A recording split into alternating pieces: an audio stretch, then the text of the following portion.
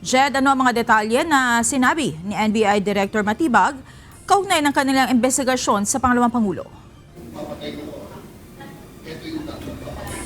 Monica, iniharap ngayong araw ng House Prosecution Panel yung kanilang testigo na si National Bureau of Investigation, Director Attorney Melvin Matibag na siyang nagsalaysay kaugnay doon sa binuong Special Task Force ng NBI na siyang nag-imbestiga doon sa umano'y pagbabantang inihayag o binitiwan ni Vice President Sara Duterte laban kay Pangulong Ferdinand Marcos Jr., First Lady Liza Araneta Marcos at kay dating House Speaker Martin Romualdez. Isinailalim sa witness stand ni House Lead Prosecutor Representative Jervil Luistro si NBI Director Attorney Melvin Matibag na siyang huling testigo ng prosecution para sa Article 4 o ang umano'y grave threats ni Vice President Sara Duterte. Sa pagharap ni Attorney Matibag, inilahad niya ang 5 batayan na ginamit ng NBI Special Task Force sa pag-iimbestiga sa umano'y bantang ginawa ng Vice Presidente. Isa rito ang sinasabing pattern of violence ng pangalawang Pangulo kung saan binanggit ang sikat na insidente noong 2011 noong mayor pa siya ng Davao City. Sa tulong po ng amin pong Special Task Force ay amin pong binalikan ang mga pangyayari na yan naman po ay lumabas na tinatawag namin sa media na mga open source intel namin. At doon po nakita namin yung isang event nung mayor pa po ang ating Vice President Sara Duterte na meron pong isang sheriff na gustong gawin ang kanyang tungkulin na atas po ng legal na atas ng korte na magpatupad po ng demolition order. Subalit hindi po ito nagustuhan ng noon ay mayor at kay Vice Presidente kung saan ay tinawag po niya yung sheriff at pinagsusuntok po sa mukha itong sheriff na ito. Kasunod nito, ipinalabas ni Representative Luistro ang 2011 video kung saan kitang-kita ang panununtok ni VP Duterte sa naturang court sheriff. Kaugnay pa rin ng pattern of violence, binanggit din ng NBI Director ang isinumiteng affidavit ng self-confessed DDS member na si Arturo Las Cañas, kaugnay ng tinatawag na Oplan Tokhang.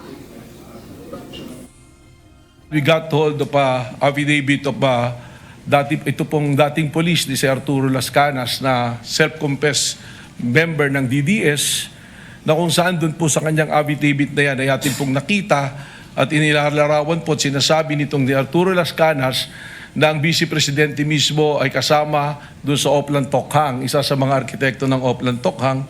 At dito rin po niya sinabi na instead na barilin at patayin para hindi nalalaman ng media, ay kidnapin na lamang yung mga subject po, mga shabu users o kaya yung pong ibang gumagawa ng krimen o nagtitinda ng droga at ibaon na lang po sa isang quarry. Na kung saan natagpuan po later nitong Laod Quarry na meron pong mga biktima ng extrajudicial killings. Agad naman itong tinutulan ng defense team ni VP Sara. Binigyang diin ni Attorney Mark Vinluan na walang wet signature at hindi man lang notarize ang dokumento, kaya't itinuturing lamang itong scrap of paper na pwedeng makapag-mislead sa publiko at sa senator judges. Your Honor, this pertains to an affidavit of Arturo Las Cañas, and on page 186, Your Honor, of such affidavit, it appears that even the signature is not a wet signature. It's a printed copy. And there's a subscription and sworn to portion thereof, but it's not notarized at all.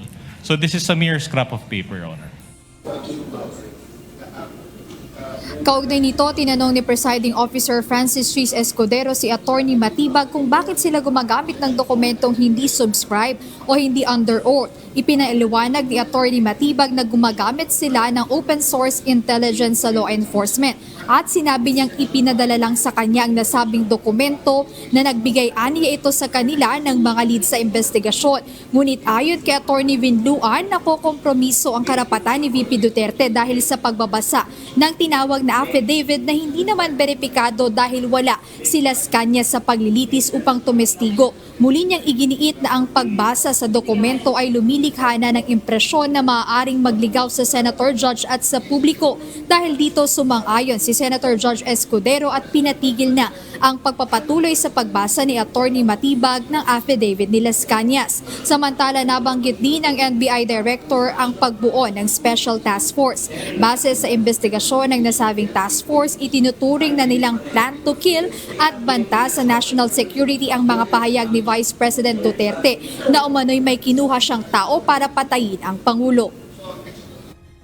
Napakahalaga po para sa amin sapagkat from our law enforcement perspective, ang ginawa pong banta ng Vice Presidente ay tinatrato na namin hindi banta kundi isang plano para po sa pagpatay sa ating Pangulo. And that is a threat to the President which we consider also na threat po sa ating national security. Sinabi rin ni Attorney Matibag, isa rin sa dahilan ng pagbuo ng Special Task Force ay ang rally ng Rage Coalition noong April 12, 2026 kung saan sinabi ni Davao City Mayor Sebastian Duterte na iisang ulo lang ang kailangan nila. Iyon ay kay Pangulong Marcos Jr. Nang tanungin kung bakit isinama ng Special Task Force ng NBI sa investigasyon nito ang pahayag ni Mayor Baste Duterte sa ginanap na Rage Rally, sagot ni Attorney Matibag ito ay epekto na ng pagbabanta ng Vice President o isang kinetic force kung saan ang nakarinig ng pagbabanta ay gumagaya na rin ng pagbabanta at lalo't mga miyembro sila ng iisang pamilya.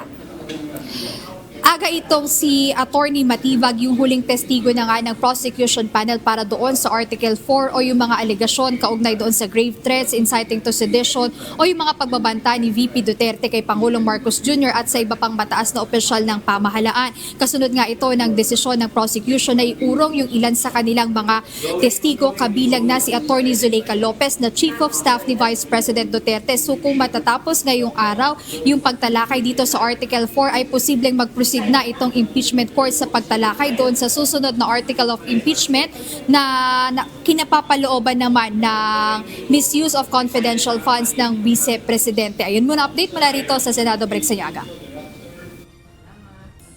Maraming salamat, Jan Ersina.